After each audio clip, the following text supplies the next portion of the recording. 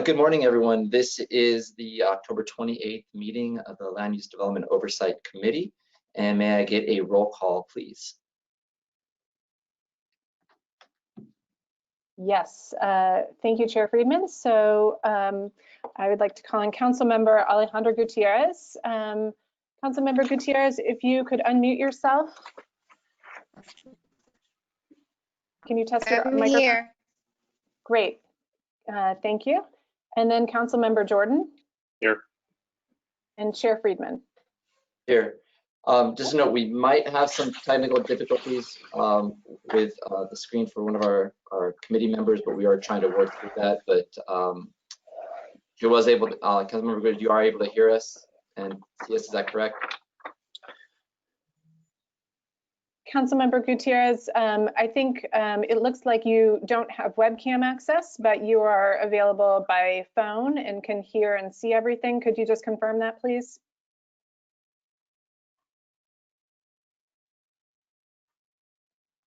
I'm not hearing anything.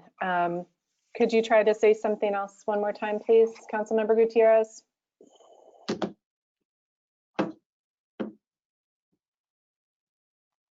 I'm not picking up any audio from her. Her audio is green, but I'm not hearing anything. So she might have a bad connection. Okay, if staff you could reach out to her. She just did acknowledge the roll call, so I want to be sure she's able to fully participate. So if you could reach out to her, we'll start the meeting and then and go from there. So yes, thank you. Thank you. Okay, so item 1 is preliminary announcements. Are there any announcements? I can see you and hear you perfectly. Okay, great. We just wanted to affirm so she can hear us and see us. So thank you very much, Councilmember Gutierrez. So we are on to preliminary matters. Are there any announcements from my colleagues or from staff? Hearing none, and I will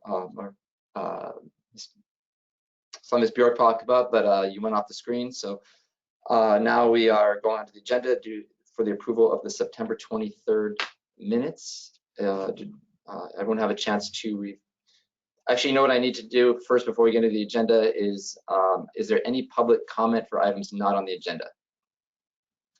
Don't see any. Do you see any, Ms. Kokinda? No, Mr. Chair. If anybody wishes, you can raise your hand by clicking on the hand icon on your GoToWebinar control panel, and that will indicate to me that you wish to speak. And I don't see any raised hands at this time. And I do want to just let you know that Ms. Gutierrez, Councilmember Gutierrez is noted as being offline, so I think she did lose connection. She might have to rejoin momentarily, but we'll reach out to her and try to figure out what's going on. Okay, we'll continue on and hopefully she can get back on shortly. Okay, so there is, we'll close public comment, and now on to item C, the minutes from September 23rd. Is there a motion to approve the minutes from September 23rd? I'm looking around. I'll make that motion. And I will second it at this point. So may I get a roll call for the minutes, please?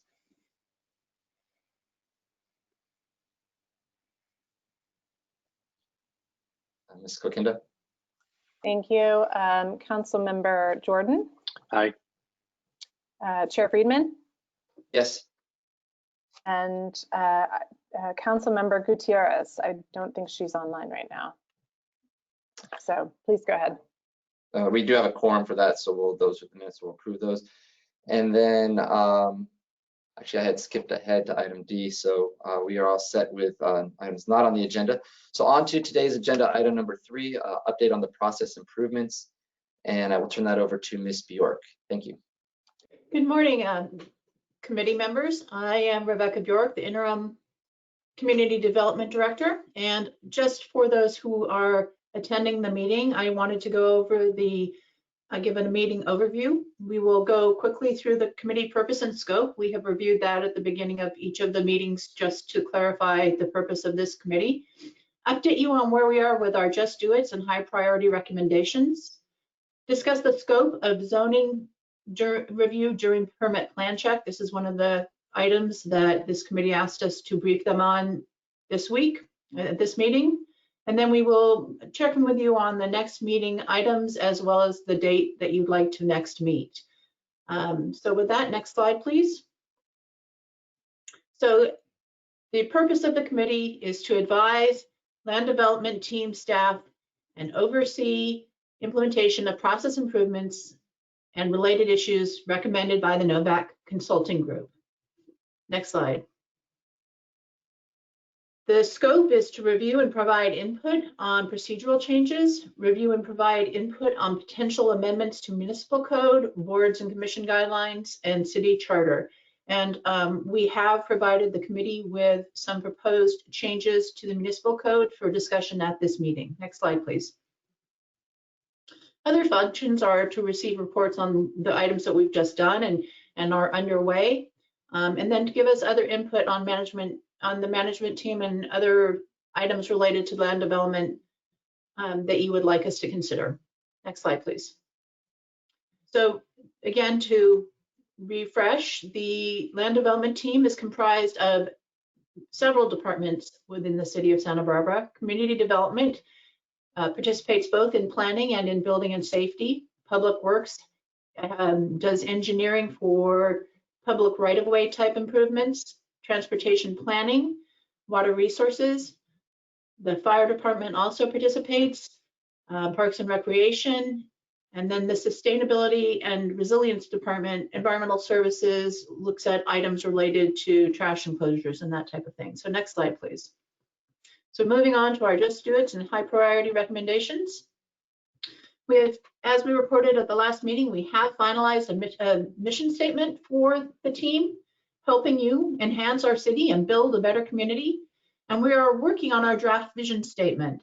We have a couple examples for you here today. These are just examples as we have not quite gotten through that process yet. And we are a solution-oriented team guiding applicants through a predictable process toward achieving our community's vision. And a second example is we are a solution-oriented team that consistently guides applicants through a clear process toward achieving our community's vision. You will see they're very consistent in the solution-oriented and the community vision. The challenge that we are seeing revolves around the questions of consistency, predictability, and clarity.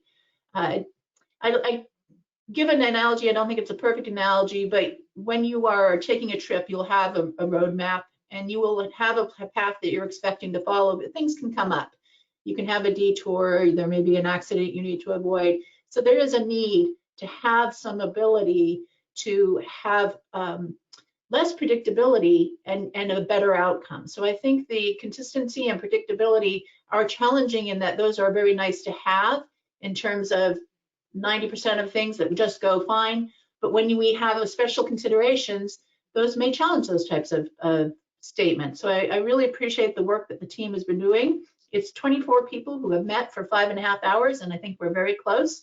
But I would like to have some feedback from this committee about their thoughts on this draft vision statement and the examples we've provided. Next slide, please.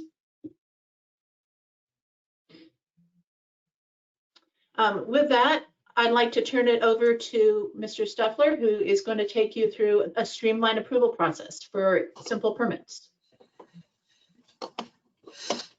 Thank you, Rebecca. I am going to share my screen with you, with the group here in the committee so that you can see, and this is a little different than how we practiced, so I think bear with me. Show this right here. Can you see my screen? Yes, we can. Yes. Great. Okay, it's a little different in GoToWebinar than it is when we were practicing, so thank you. I appreciate the feedback. We've had some real good success. I'm very excited about this, and I think this is going to be a great service to our community. We're starting with small steps, but we can build on them. This is an on-demand re-roof permit that is in our training and testing system right now online. This is the Acela, you've heard of ACA or Acela Citizen Access. This is the portal that the community uses now to make applications for all building permits. What we've done is we've created a building permit application called an on-demand re-roof permit. And that application actually, when they finish their process and pay their fees online, they receive a permit. There's no staff contact at all. There's no staff work needed to prepare that permit. I can take you through that process if you'd like. It takes about 3 to 5 minutes, so I'm not sure if we want to spend our time there, but I can certainly do that if you'd like. I can also just show you this is an on-demand permit in the test system that we created, and after you are successful with paying the fees as an applicant, you receive access to this type of information. You can see the location of the project depicted on a map. Whoops, sorry. When I scroll on the map, it zooms in and out. If I scroll down, you can see all the details of the information that was added in as part of that application process. Applicants have to answer questions about hazardous materials, what type of a re-roof project it is, will it be owner builder or licensed professional work, do they have workers' compensation. If it's owner builder, the state requires quite a bit of awareness of the liabilities of owner builder work, and so they require all these statements to be affirmed. So the customer has to check a box to say that they've read that. They pay their fees once they've filled that information out, and after they pay their fees, they receive an email, and attached to that email is their permit record. They can also go in online and access that permit record. It's immediate. And it's available just by clicking on it. And the system generates the building permit and completely fills it out. And this is ready to go to our records unit and into the street file as a copy of an issued permit. Again, this takes about 3 to 5 minutes to go. If you're a licensed roofing contractor, about 3 to 5 minutes. If you're an owner builder, haven't done one of these before, there's a little bit of reading you need to do to make sure you answer the questions correctly. Probably takes closer to 10 to 15 minutes. Still not a really lengthy time. Less time than it takes probably to drive to our office, which is one of the benefits that you don't have to come in. And as soon as you receive this email and this permit, you can call in for an inspection. So I ran this by a roofing contractor in town who does a lot of work, Action Roofing. They pull a lot of permits from us. Kathleen there, she and I went through this morning, and she tested it live in the test database from her office, and we were successful. And they believe this will be a pretty useful tool to quickly acquire building permits for re-roof projects without having to come to our office and with very, very little staff contact, if any at all. With that said, what we do see is that this system can be adapted to not only serve on-demand re-roof, but things that are very common to us for building permits, like water heater replacements, residential furnace changeouts, maybe window and door changeouts, right? Where there are no structural work, they're just changing the windows, putting more energy efficient windows and doors in. So we're exploring these with the land development team to make sure that we will set up an on-demand system that will serve the whole community well. For example, we wouldn't want to have historic buildings having their doors and windows changed without a level of review, so they probably wouldn't qualify for on-demand, but non-historic buildings would qualify. And we want to make sure that we condition those on-demand permits accordingly so that we provide the community with not only a good permitting service that's expedient and low cost, but also serves the community well and preserves our historical assets. Now, it looks like, am I no longer sharing my screen, Ellen? Correct. Ah, good, thank you. I don't need to, that's fine. And now, Renee? Thank you. So I'll take the next couple of slides. Sorry, I've got a couple wizards behind the scene here. Okay, so I wanted to give you a quick update on an item we discussed last month, and that is developing staff reports or memos for certain items at the design review boards. So in addition to our recent change to increase the job title and the responsibilities of our planners that staff the Architectural Board of Review and Historic Landmarks Commission, we're also in the process of developing an idea for what type of information should be written in advance and presented to the HLC, ABR, and Single Family Design Board for certain projects.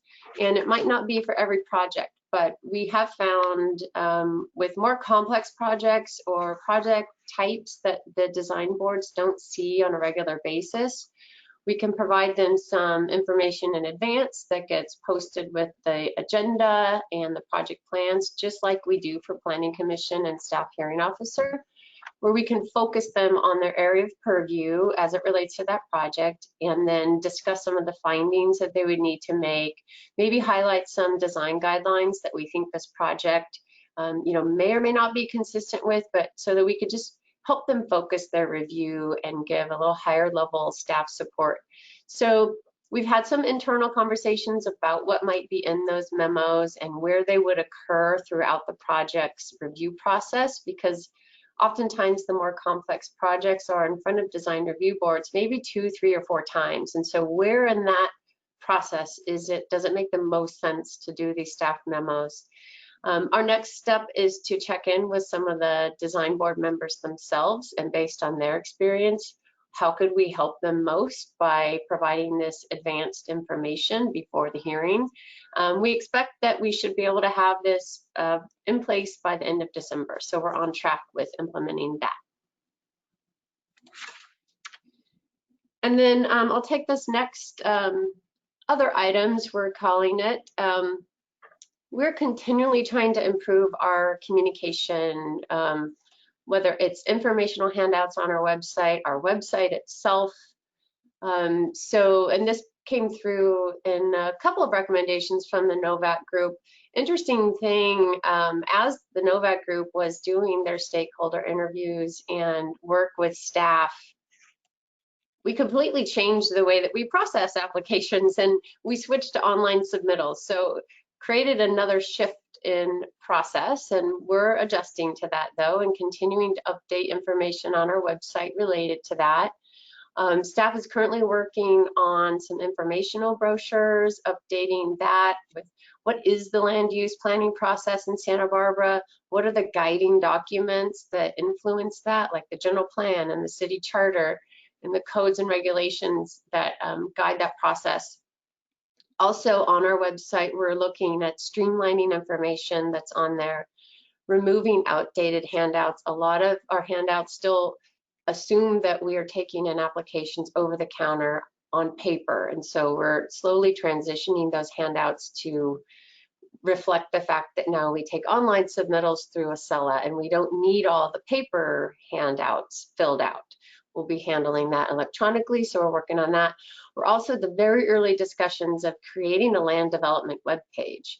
As Ms. Bjork presented earlier on in the presentation, you saw there's a variety of departments and divisions involved in the land development process.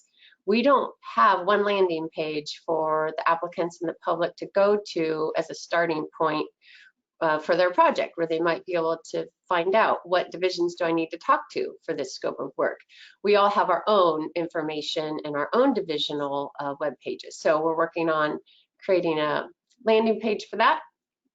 And then the Building Safety Division is working on developing a video that will explain the building permit timeline. And I'll just give you a little preview of that.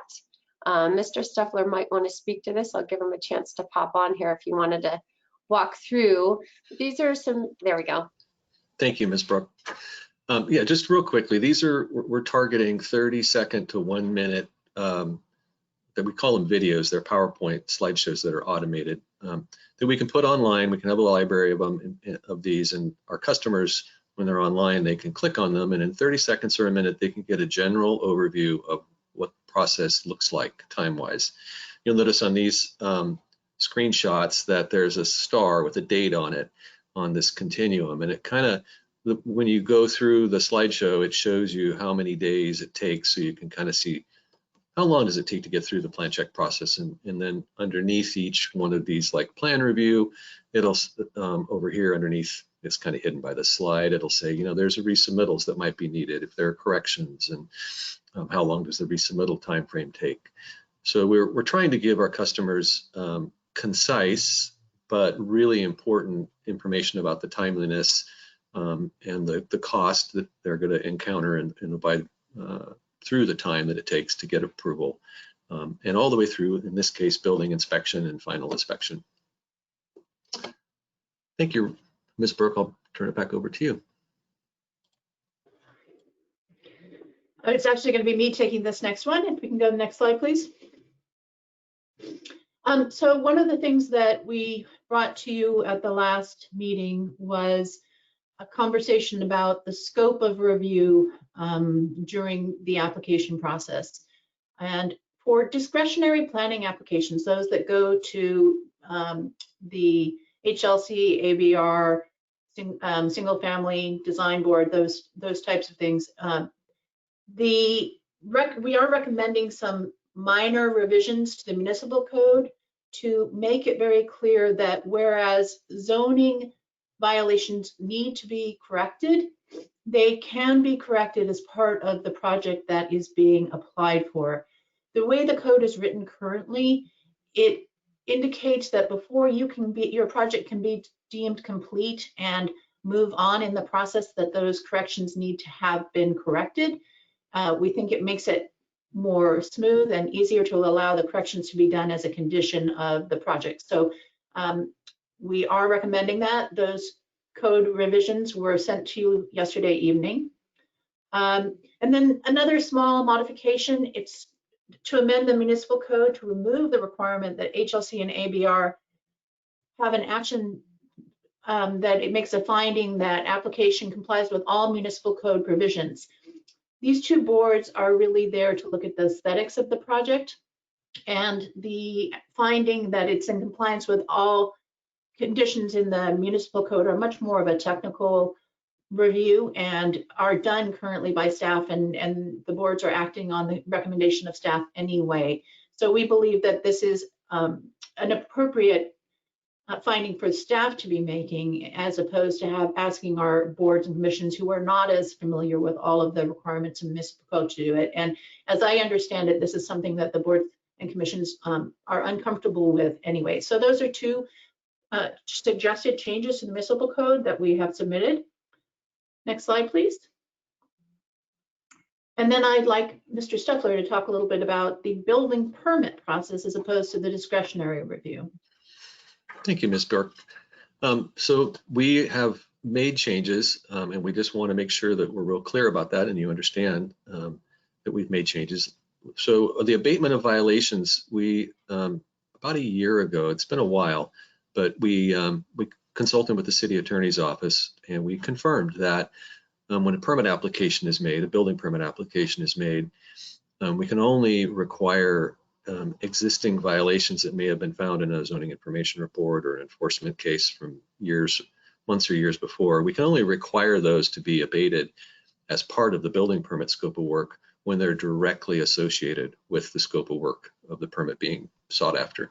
Example, someone wants to do a kitchen remodel, but there's something in their file that shows that they had fences installed without permit.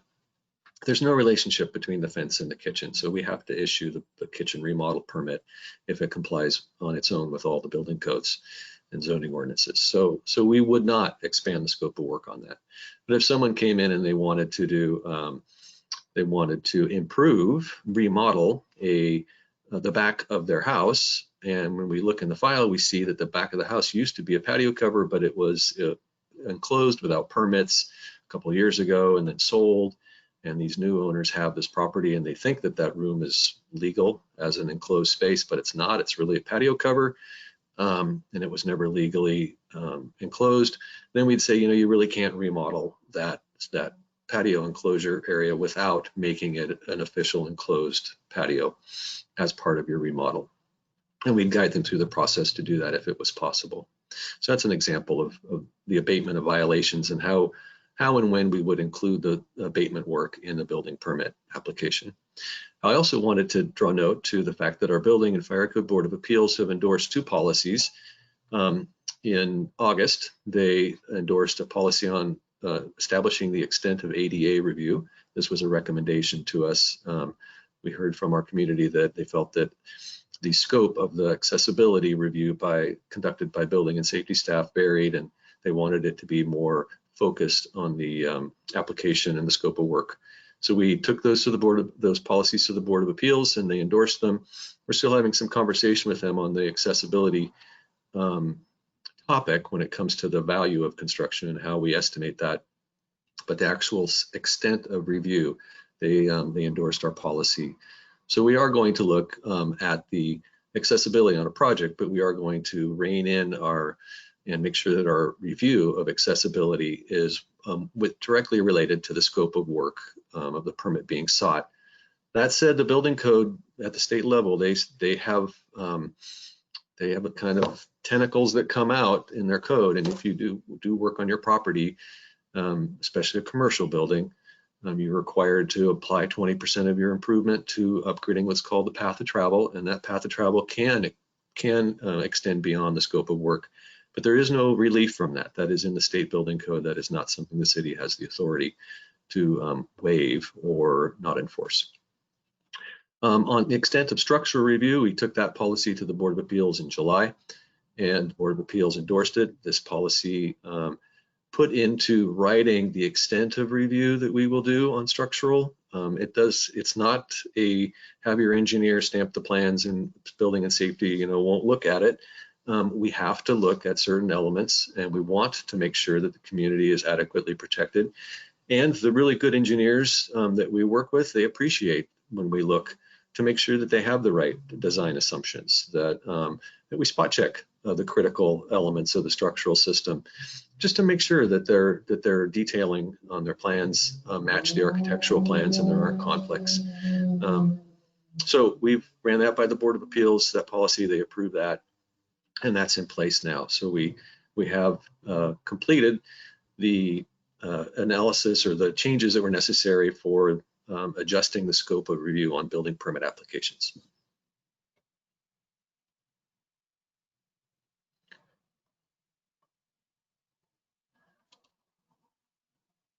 Okay, well, thank you, Mr. Stuffler and staff for these. So right now I will open it up to questions from my colleagues on this. This is the question phase before we get into public comments. So Councilmember Jordan, I see your screen is on, so you are up. Thank you, Mr. Chair. So I have some comments too. I'm sorry, I'm just kind of working through my notes. The abatement process that was just described, I guess this is for either Ms. Brook or Mr. Stuffler. You would still have in your back pocket, you may have a better phrase, but you'd still have in your back pocket that if you went out there and you turned around outside the scope and you saw something that was clearly a health and safety issue, you could expand your scope to take care of that, right? And I don't know what a health and safety issue is, but let's just say you saw some guy's doing a staircase in his backyard or something else or something in the house, and you see bare Romex wiring strung up through the house away from the scope of work. This kind of, or whatever, you guys probably have way more examples of this than I do, but you would still be able to expand your scope of work to go after that at that time, right? Councilmember Jordan, yes, if we're talking about a building inspection that's being conducted and the inspector observes a life safety hazard that was not within the scope of the permit that they were out to inspect on, we would follow up on that. We will not turn a blind eye to the life safety problems. Okay, that's the phrase, right? Life safety, that's the one I want. And then on both those and the ADA changes, are we doing anything proactively to get out an announcement or a worksheet, or with any of these things we talk about when we're kind of making if it's not an about face, we're kind of turning sideways from the path we were walking before, but it was sometimes a contentious path. Are we doing anything to publicize that? Yes, Councilmember Jordan, we are. When we conducted those meetings with the Board of Appeals, we let the local chapter of the structural engineers know that we were having this meeting so that they could participate in that and they could read the staff report. I don't envision a lot of pushback from the structural engineers. They were supportive of, most of them are supportive. There's a few that weren't, actually there was no one that was not supportive. There were some silent people that, you know, you kind of wonder what they were thinking, but the response we got was supportive, that they want us to check their work, but they don't want us to go through the calculations, and we're not going to go through, we shouldn't be going through calculations, you know, all the calculations. I explained this wrong. I'm more thinking on like scope creep, lessened if that's the right word, I hate to use that word, lessened ADA complications for a project, the things that bother developers, AIA people, and applicants. Are we proactively, as we go along in this process with this committee, are we proactively, do we have a routine process that lets them know we have changed course, so to speak, on some of these items? Yes, Councilmember Jordan, we do that as we bring these items to the Building and Fire Code Board of Appeals. And we have members of the city's Access Advisory Committee that sit on that board. So we reach out to the accessibility community, and I've reached out to the architectural community and provided a training opportunity for them at the city's expense through a state-funded program that we participate in, and we provided accessibility training to them so they're aware of the requirement. I think we're talking two different things. I'm going to want to. I'll talk more with you guys. I'll talk more with you guys offline on this. I think I get where you're going. I'm going to rephrase the question because I had the same question. I'm going to use the very first example of the online roof permit. What are we doing to inform just the general public who might come in for an application that we've made these changes? Not the specific contractors, but just the average homeowner who wants to come in, and before they had to come down for a roof permit, now they can do it online, or they're coming in and say, you know, we have these changes. What are we doing just in a very general sense? I think that's one more what you're getting at, Councilmember Jordan. That and the architects and the applicants or developers who work in this area all the time, that are 90% of the reason we're in this committee, is the detachment and the discomfort. So we should have a way to celebrate and inform our accomplishments. Oh, yeah, Chair so Friedman and Councilmember Jordan, when we are talking, we've just barely started this on-demand permitting, but we're pretty pleased about that. We think it's a significant step forward. We would like to do a press release to let the community know. And as part of that press release, we will also update the community on the other two items so that those items are also available and that they are aware of them. We wanted to test drive this a little bit before we publicized it, so you really are the very first people seeing it. But now we would like to get a press release out to inform people, and believe that will be a very good news story. Fair enough. I know Mr. Casey's listening online too, so I'll just get the plug in right now for an interdepartmental public information officer also.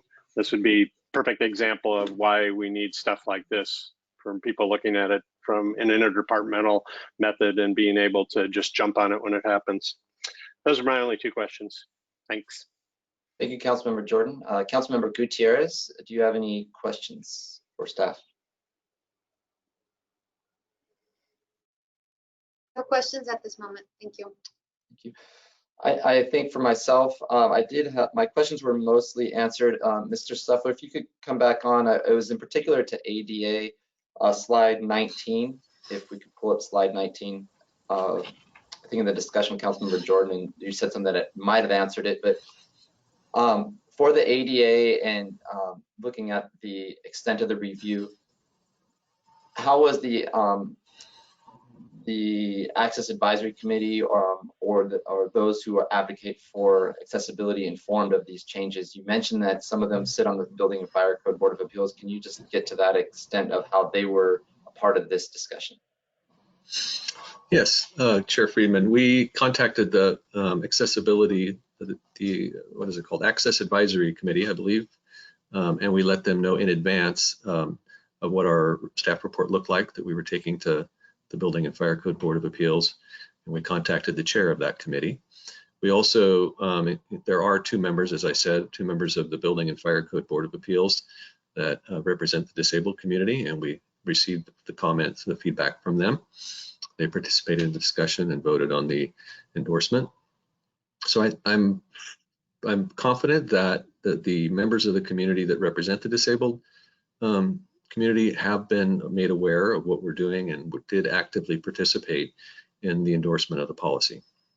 Great, thank you. I just wanted to be sure that was the case and let the public know that we did reach out to our Access Advisory Committee, and there are members on the Building Fire Code Board of Appeals, so that those who are most impacted by the ADA or changes to it had a voice up front. So I thank you for that. And then the other couple of questions I had were, I think you've answered those, Ms. Bjork. We are planning soon to publicize the online roof permits. And then when do we expect it to go live? I'm going to have to defer to Mr. Suffler for that, but since it seems to be working, I would guess pretty quick.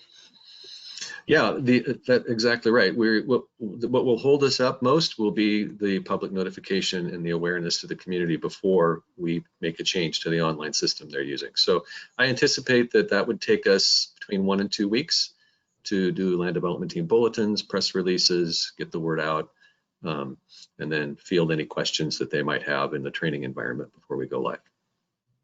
And then the last question I have is, once these go live and as we get more of them, I would assume there would be a reduction in staff time that would have gone towards processing these. So are we going to have more staff time that we can allocate towards other work that's being done since we now have this online tool? Chair Friedman, yes. What we're finding as we live through the changes that we made in April with online 100% digital and online processing is that the fee study that we did a couple of years ago is some of the values in it, assumptions in it have changed greatly. So we're going to need to do some kind of fairly comprehensive study of where we're spending our time. It's not necessarily less time. I think the on-demand permits are, but there are other functions that change that we just spend it in different areas, so we have to reallocate those expenses. And that'll be a comprehensive effort. I know our business manager for community development is already on this. He's already talking with the fee study consultant that we used in the last fee study to see what our options are for updating. Great, because that is important, because as we don't have staff to have to spend time on those, it allows them to spend time on other priority projects that we have. So I just want to be sure we're planning for that and looking at where our resources were and where we can reallocate them to be more efficient within the department. So it's not less work, it's just working smarter, I guess, and more efficiently. And Chair Friedman, as you probably recall, we do have a sort of contract support for plan review as needed, and that allows us to absorb the peaks of work. So as we get more efficiency for some of these things, it allows us to rely on that contract service less. So that's helpful as well. Thank you very much. I have no other questions. So with that, right now, I will open it up to public comment on this agenda item. So are there any members of the public who wish to speak at this time? Thank you, Chair Friedman. If you would like to comment on this particular agenda item, please raise your hand by clicking on the hand icon on your GoToWebinar control panel. You only need to click the hand one time, and a raised hand is indicated by a red arrow pointing down. Right now, I only see one person who's raised their hand, Anna Marie Gott. I've just unmuted you. If you could please enter your PIN number, and then you should be able to unmute yourself at that point. So I think she might need just a moment to enter her PIN number.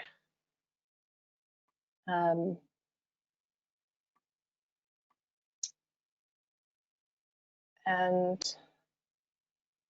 okay, it looks like, okay, Ms. Scott, it looks like your microphone is live. You have 2 minutes whenever you're ready, please.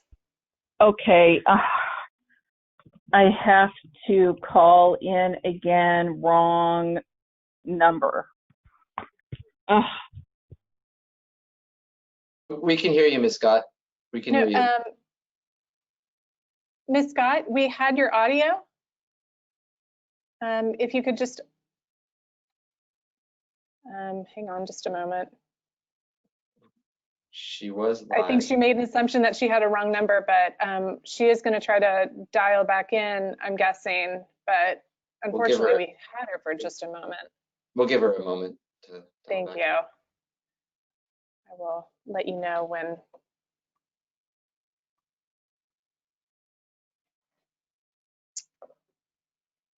Okay. Okay, Ms. Scott, it looks like your microphone is live. And can you test your audio? Sorry. Okay, so we have your audio, and you have 2 minutes whenever you're ready. Thank you. Okay, great. Sorry about that. Council members, I just sent you an email. That email actually related to a short-term vacation rental and conversion of a home into multiple units. If you decide that you're going to have staff ignore all of our ordinances, we're going to have projects like this actually approved. I sent this email last year, and this email clearly shows that a home was going to have a garage removed and approved as another illegal unit, that additional illegal units were going to be approved as commercial use, and there was going to be no parking. If you actually decide to throw out years of community input regarding our ordinances, by allowing staff to make decisions where projects could not be approved if we followed our ordinances, I think it's a really bad policy. There are projects that have been proposed with setbacks that do not conform to the neighborhood guidelines. And there have been projects that have been proposed where entire sidewalks are missing and they are required. There was a project over on Mitchell-Chirena where no one was going to put in a sidewalk. There is a project over in the Coast Village Road area that was also going to be approved, where we were going to give away public land for someone's yard instead of a sidewalk, which was required. So I think it's a really bad policy that we are going to ignore any staff review and have them actually sign off that it meets all ordinances. Final thing, which is we will then be ignoring our charter because our HLC and ABR are supposed to be following our ordinances, and they are the final people to review before building. Okay, Chair Friedman, that is the last speaker who has raised their hand. So back to you. With that, I will turn it back over to my colleagues for comments regarding today's proposals. In particular, we did have the proposed amendments, the draft amendments to the code. So fire away, Mr. Jordan. Thank you, Mr. Chair. So I think, Ms. Bjork, you wanted some advice on the vision statements. I think I was better on the longer one that was on the bottom. I like that. And then, is this the right time to talk about the flow chart, or is that we didn't really discuss or talk about it, but is this the time to make some comments on that? Yes, you can make comments on those, Mr. Bird. Yes, Okay. I was just hopping on to say the same thing. Absolutely. We gave you that flow chart to update you on where we are on all those different items. Okay, so stay there. So really, I'm very appreciative of the amount of work that's getting done, and really thankful you're sitting in that chair for long enough to get that done. So there you go. That's how long it's going to take until you get it done. So as I look at that, what I'm starting to do is starting to link together things that have to happen first before stuff down further on the page can happen. And so the one that jumps out at me is up in that I think it's on the first line, and that's the vision and customer service expectations. And you're well on your way to that. But then the offshoot of that, that work product, you'll take it and use it as you go down the page in different sections. You'll use that for your training program, you'll use that for your onboard process, and you'll use that for your eventual ability to field and triage walk-in people at Garden Street. All of those subsequent processes are kind of sitting in limbo with the dollar sign there. And I'm just, what can we do? What do you need me, and what do you need the committee to do, and how do we get to a point where we don't waste the momentum of the task that's at the top of the page, just sitting there and waiting for money to actually put it into practice in so many other areas down that worksheet. So Councilmember Jordan, Chair Friedman, I thank you for recognizing that a lot of the work that we're doing is precursor to doing other work. And you know, the dollar sign is both time and money. So we can either do it faster or we can do it cheaper, because most of that dollar sign part is really around the time of the staff that it takes to implement. So as we get through those initial items and get the precursor work done, I think we'll have a better sense of how much effort and time it takes to do subsequent work. And we will look at our funding sources as we go along. We do have some grant funding coming in for various different items that may help us complete that work using staff that would otherwise not be available, which might free up staff to work more on this. So I think that would be something that, if with your permission, I'd like to give you a more detailed answer on at our next meeting. Okay. So, and generally my my input to you would be, please don't just assume that's, if we can move faster than that, but that dollar sign is an issue. Please don't just make the assumption that that's next year's budget item. So there's way, or worse yet, if some of this takes through next year's budget, then it's going to be the following year's budget item. This is the classic government problem of funding now for future inefficiencies, or living with those inefficiencies until the funding comes around. And I, of course, will be happy to make an annoyance of myself to try and accomplish the first one, because that's part of the reason we're here. Part of the reason we're here is to get these efficiencies in place.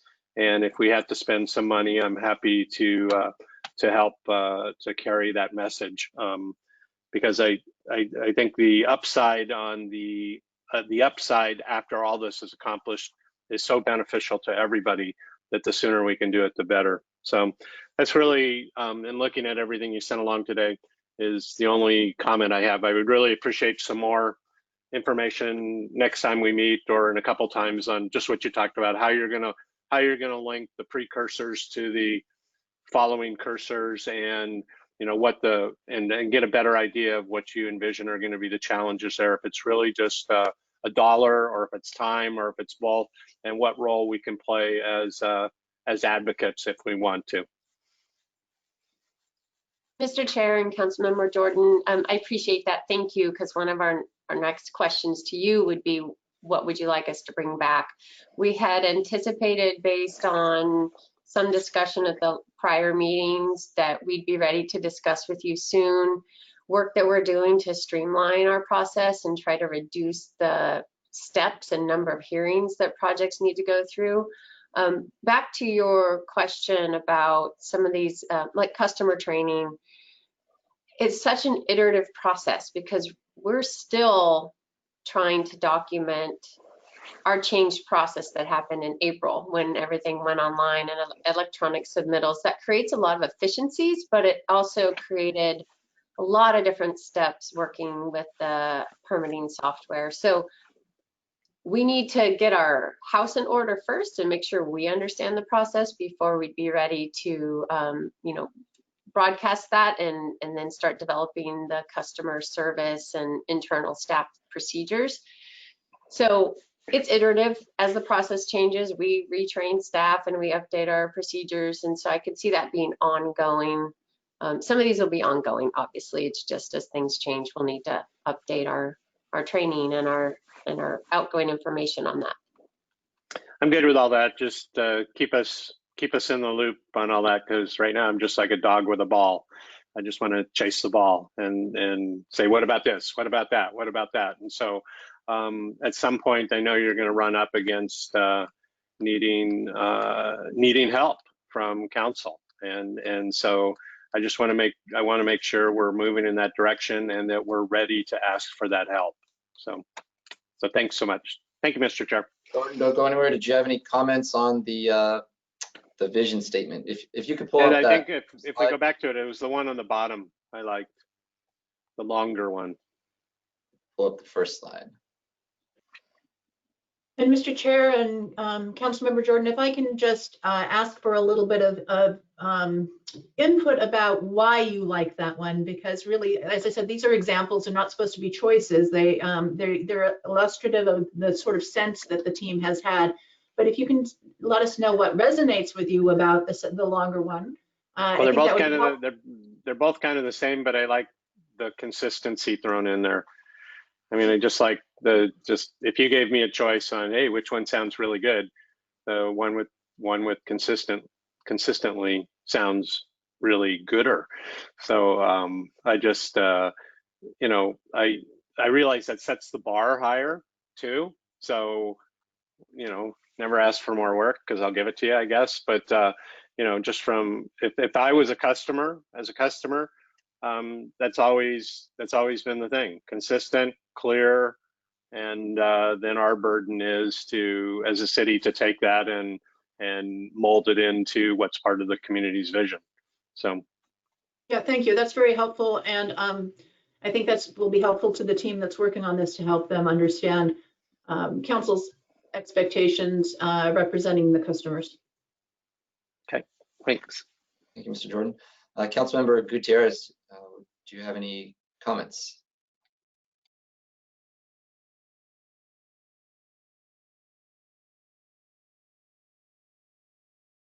Thank you, Chair Friedman.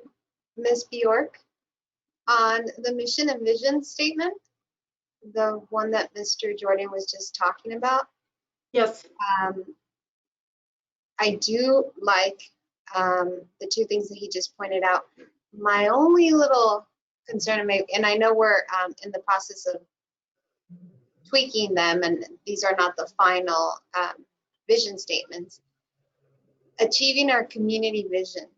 I'm not saying that I don't like it. Is there any way that we can add, when you're working with your team, where we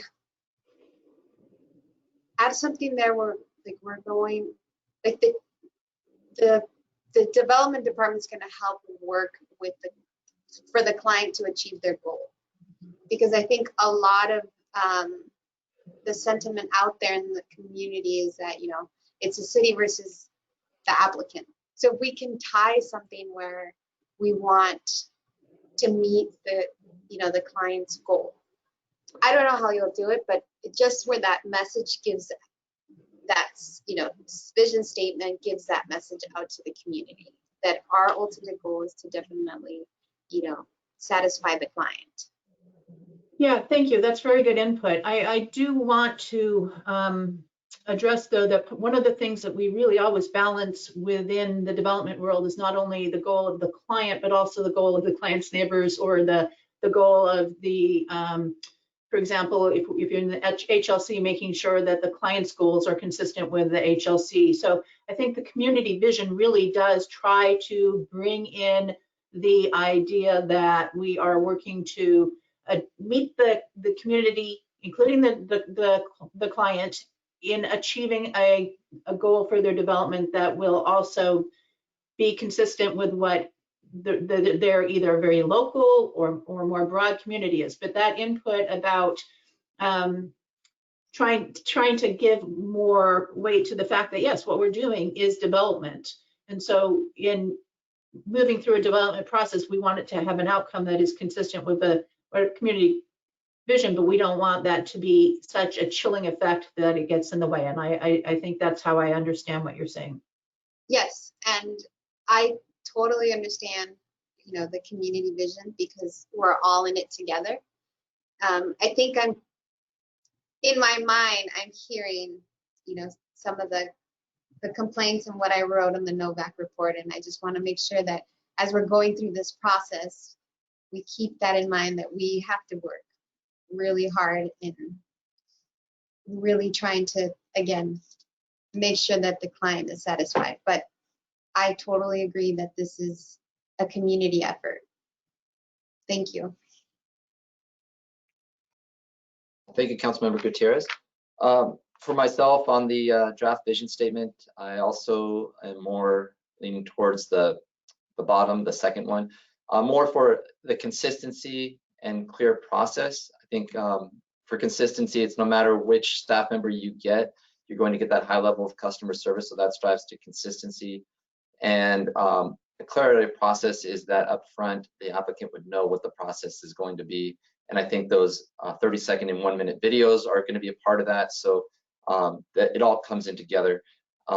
Whereas the first one, predictable, I think staff, I forget who on staff made the point that there are going to be projects that are going to be somewhat, by the nature of the project, unpredictable. So it allows us to still have that flexibility, I think, more with the second one. So as far as going forward, maybe some of the things I'd like to see the next time we come back is just an update on some of our outreach efforts that we've done, any data that we've not necessarily data, but any feedback that we've gotten. By then, I would think some of these things might have gone live. So just feedback that we're getting. And then to Councilmember Jordan's point about resources and dollars, once we get the foundation that we're working on now, and we get to those, I guess not the low-hanging fruit, but the more complex, I am open to looking at that, but I also want to strategically, because some of these are going to be more long-term, as we get into the early part of next year, what specifically those dollars would be to plan for the next budget cycle, because we can somewhat predict what we need. So how we can be a resource to you as looking at priorities to build next year's budget, and something that would be basically permanent. So it would be helpful for us to understand if there is a critical need dollar-wise to effectuate things farther down the list that we really need. So I look more, we can do mid-year, it's a little more difficult, but I've always learned in my experience that if we plan now, 6 months will be here before we know it, and that's when the budgets are being built in the coming months. So looking towards next year, what the priorities would be to effectuate some of these dollar changes. And those are basically the comments I have. Ms. Brooke? Thank you, Mr. Chair. Just since we're on this slide, we haven't yet talked about the date of the next meeting, but if we were going to delay and have our next meeting in January, if we focus on opportunities to reduce or eliminate process steps, which is a very general category, but within that, we would be able to identify what requires ordinance amendments, what are internal procedures that we can just do without code requirements. And I think that'd be a good comprehensive discussion for the committee to then lay out the timeline for that specific topic. So that might be something I think we could have a really good discussion on. We'd probably need more than a month to get that geared up for you and everyone to digest and discuss. So that might segue into date of the next meeting discussion too. That's helpful, because I think that gets to where, thank you, Ms. Brooke, the difference between what can we just do now versus what's going to be more resource intensive. So, and as we're building, as staff, you're building your budgets for the May budget hearings. We're already doing that now. So to have that discussion in January to see where the priorities are and what some of them might cost, be more expensive versus not, would be a great discussion, I think, for us to have, and for you to have that feedback as you build the budget for next year. So I think that is a great topic. So with that, I don't see at this point next month there being a lot more that we can focus on right now. So, and then we get into December. So I'm open to having our next meeting be in January, so we can have more information and give staff you the time to see how some of these work and get some of that information forward. So unless there's any desire by my colleagues to have a meeting in November or December, speak up now, or we can just schedule it for the January regularly scheduled meeting. And I don't see any lights from my colleagues, so we will do January for our next meeting. And then, is there anything else, Ms. Bjork, that you need from us today before I close the meeting?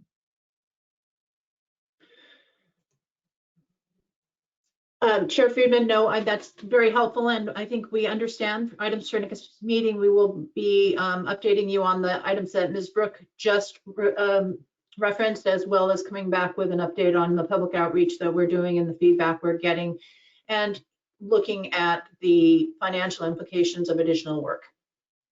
And if you do have one of those 30-second or 1-minute videos by then, I'd love to see one on it just to see how they work. So that would be great. If you don't, not a big deal, but it would be good to see one of those at the meeting. We do actually already have them. It was just the logistics of getting it on this show. So we will definitely show that to you next time. Great. Well, thank you, Ms. Bjork, and all of staff for all the work you're doing on this. I think we're keeping the momentum going. And with that, this meeting is adjourned till January of 21 is our next meeting. Thank you.